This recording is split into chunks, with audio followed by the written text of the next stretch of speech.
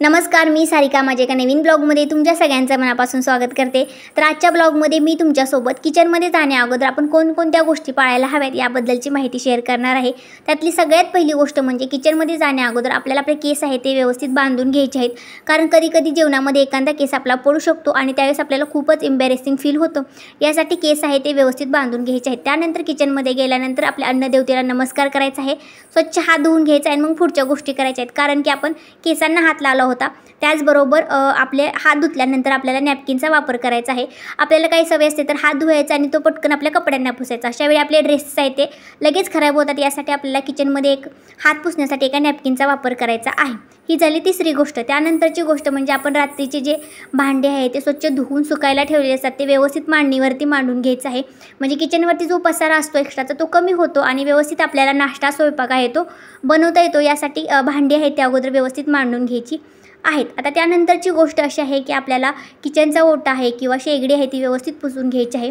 आता प्रत्येक महिला आपण रात्रीचा किचन आहे ते व्यवस्थित स्वच्छ धुवून पुसून घेतोच, परंतु रात्रभर पाली आहेत किंवा झुरळ आहे ते किचनच्या ओट्यावरती इकडे तिकडे फिरतात आणि तसाच जर आपण स्वयंपाक करायला सुरुवात केली तर त्याचं इन्फेक्शन आपल्याला होऊ शकतं। यासाठी आपल्याला या गोष्टी करायच्या आहेत। आता हे सगळं झाल्यानंतर आणखी एकदा हात स्वच्छ धुवायचे आहेत आणि नॅपकिने पुसायचे आहेत। त्यानंतर आपण स्वयंपाकासाठी जी भांडी वापरणार आहोत ती स्वच्छ धुवून घ्यायची आहेत। अगोदर आपण धुतलेली असतात तरीसुद्धा आपल्याला वापरणे अगोदर एकदा धुवून घ्यायचे आहे। ही झाली त्यानंतरची गोष्ट। त्यानंतर पाणी आहे ते आपल्याला एकदाच एका भांड्यामध्ये काढून घ्यायचं आहे। जर तुमच्याकडे मोठा मग वगैरे असेल तर तुम्ही त्यामध्ये काढून घेऊ शकता।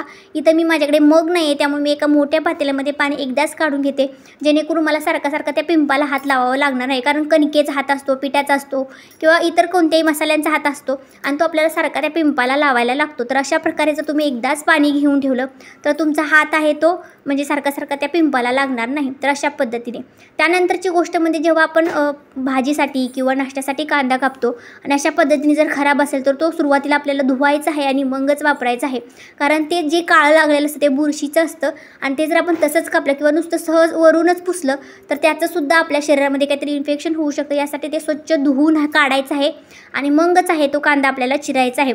त्यानंतर बघा, कांदा चिरण्यासाठी आपण जो बोर्ड वापरतो, चॉपिंग बोर्ड आहे किंवा काही जण प्लेटमध्ये कापतात। आता हे कापल्यानंतर आपल्याला पटकन तो चॉपिंग बोर्ड आहे तो धुवून घ्यायचा आहे, म्हणजे आपला बराचसा वेळ वाचतो। जर असेच आपण भांडी एक साठवून ठेवलं तर खूप भांडी होतात आणि ते पुन्हा आपल्याला घासताना खूप त्रास होतो किंवा त्यामध्ये आपला बराचसाच वेळ जातो।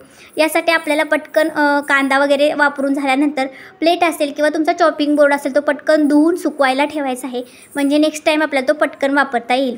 त्यानंतर आपण जे कांदा, कोथिंबीर, लिंबू जे काही आपलं कचरा आहे तो पटकन उचलायचा आहे आणि तिथली जी जागा आहे ती स्वच्छ करून घ्यायची आहे, म्हणजे किचन आपलं छान चकाचक दिसतं आणि आपल्याला वापरायला सुद्धा ते सोयीस्कर जातं किंवा सुटसुटीत व्यवस्थित मोकळं राहतं। त्यानंतर बघा, भांडी घासताना आपण बेसिनला आहे ते चिटकून उभा राहतो, यामुळे आपला ड्रेस आहे तो खराब होतो। बरेच जण ॲप्रन वापरत नाहीत। जर ॲप्रन वापरत नसाल तर अशा पद्धतीने जर रुमाल ठेवून तुम्ही भांडी वगैरे घासली तर तुमचा ड्रेस आहे तो खराब होणार नाही।